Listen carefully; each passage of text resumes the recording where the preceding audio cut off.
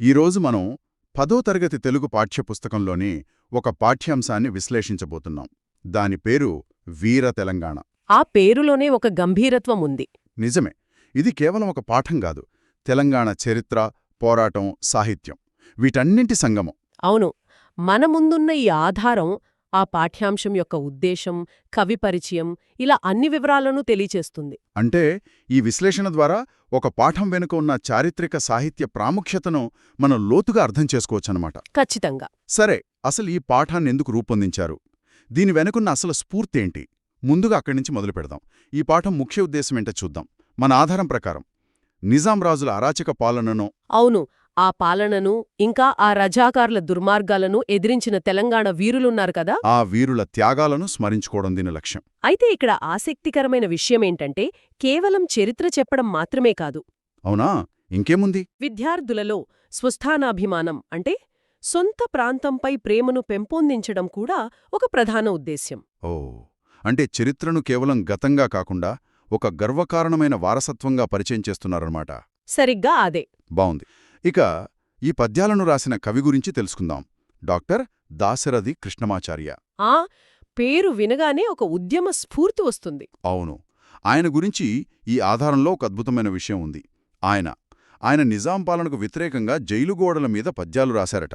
ఊహించుకుంటేనే రోమాలు నిక్కబొడుచుకుంటాయి. ఆయన్ను ఉద్యమ కవి అని ఎందుకంటారో ఇప్పుడు నాకు స్పష్టంగా అర్థమవుతోంది. నిజంగానే ఆయన రచనల పేర్లు చూస్తేలే మనకు ఆ ఉద్యమ స్ఫూర్తి కనిపిస్తుంది. ఉదాహరణకు అగ్నిధార, రుద్రవీణ, ఇంకా తిమిరంతో సమరం.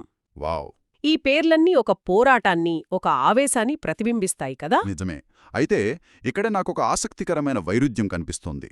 ఏంటది? ఆయన ఒకవైపు ఉద్యమ కవి, మరోవైపు ఆంధ్రప్రదేశ్ రాష్ట్ర చివరి ఆస్థాన కవి, కేంద్ర సాహిత్య అకాడమీ అవార్డు కూడా అందుకున్నారు. అవును. అంటే ఆయన కవిత్వం ఒక తిరుగుబాటు గళమే కాదు, అత్యున్నత సాహిత్య ప్రమాణాలను కూడా కలిగి ఉంది అని మనం అర్థం చేసుకోవాలి. ఖచ్చితంగా. ఆయన కేవలం పద్యకవే కాదు, తెలుగులో గజల్ ప్రక్రియకు ప్రాణం పోశారని కూడా మన ఆధారం చెబుతోంది. అంటే ఒకే వ్యక్తిలో ఇంత వైవిధ్యమా?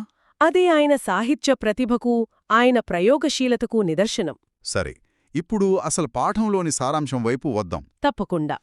తెలంగాణ తల్లి ఊదిన శంఖధ్వానం భూమండలమంతా ప్రతిధ్వనించింది అనే వాక్యంతో మొదలవుతుంది. ఎంత శక్తివంతమైన ఊహ అది! ఇక్కడ మనం గమనించాల్సిన విషయమేంటంటే కవి ఉపయోగించిన రూపకాలు ఆ తెలంగాణ విముక్తిని, అభివృద్ధిని, మెరుపుతీగలు బతుకుదారిని చూపే కాలం అని వర్ణించారు. అంటే ఇది కేవలం ఒక రాజకీయ ప్రకటనలా లేదు. లేదు, ఇది ఒక కావ్యాత్మకమైన పునరుజ్జీవనాన్ని సూచిస్తోంది. నాకైతే ఇంకో వాక్యం బాగా నచ్చింది. తెలంగాణ నేలమీద గడ్డిపోచ కూడా కత్తిపట్టి యుద్ధం చేసింది అని. అద్భుతమైన పంక్తి అది. అంటే ఈ పోరాటం కొందరిది కాదు, ప్రతి ఒక్కరిది అని. అవును, యావత్ తెలంగాణ నేలడి అని చెప్పడం దాని ఉద్దేశ్యం. అయితే ఈ పోరాటాన్ని కవి కేవలం నిజాం కాలానికి పరిమితం చేయలేదు కదా? లేదు, అస్సలు చేయలేదు. కాకతీయుల కంచుగంట, రుద్రమదేవి పరాక్రమం, కాపయ్య నాయకుడి వీరత్వం, ఇలా చారిత్రక వారసత్వంతో ముడిపెట్టారు. దానివల్ల ఏం ప్రయోజనం? దానివల్ల ఈ పోరాటమనేది తెలంగాణ మట్టులో అనాదిగా ఉన్న ఒక వీరోచిత లక్షణంగా స్థిరపడుతుంది. ఇది నిన్న మొన్న పుట్టింది కాదు అని. ఓకే, అర్థమైంది. ఇక ముగింపు కూడా అంతే గంభీరంగా ఉంది. తెలంగాణ ప్రయాణాన్ని గంభీరమైన గర్జనలతో సాగే శ్రావణ మేఘంలా వర్ణించారు. ఆ పోలికలో ఒక సందేశముంది. ఏమిటది? అంటే ఎన్ని అడ్డంకులొచ్చినా ఆగని ప్రయాణం అని అర్థం. ఆ మేఘాన్ని ఎవరూ ఆపలేరు. అద్భుతం. సరే, సాధారణంగా వ్యాకరణమంటే కొంచెం బోరింగ్గా అనిపిస్తుంది, కానీ ఇక్కడ కొన్ని ఆసక్తికరమైన విషయాలున్నాయి. నిజమే. ఉదాహరణకు ఆశ అనే పదానికి కోరిక, దిక్కు అని 2 అర్థాలున్నాయనిచ్చారు. ఇలాంటి పదప్రయోగాలు కవిత్వానికి లోతునిస్తాయి. అలాగే సమాసాలు కూడా. సమాసాలా? అవును. మతపిశాచి అనేది రూపక సమాసం అని ఆధారం చెబుతోంది. అంటే మతాన్ని ఒక పిశాచుతో పోల్చడం. సరిగ్గా. భావతీవ్రతను చెప్పడానికి ఇదొక శక్తివంతమైన సాధనమనమాట.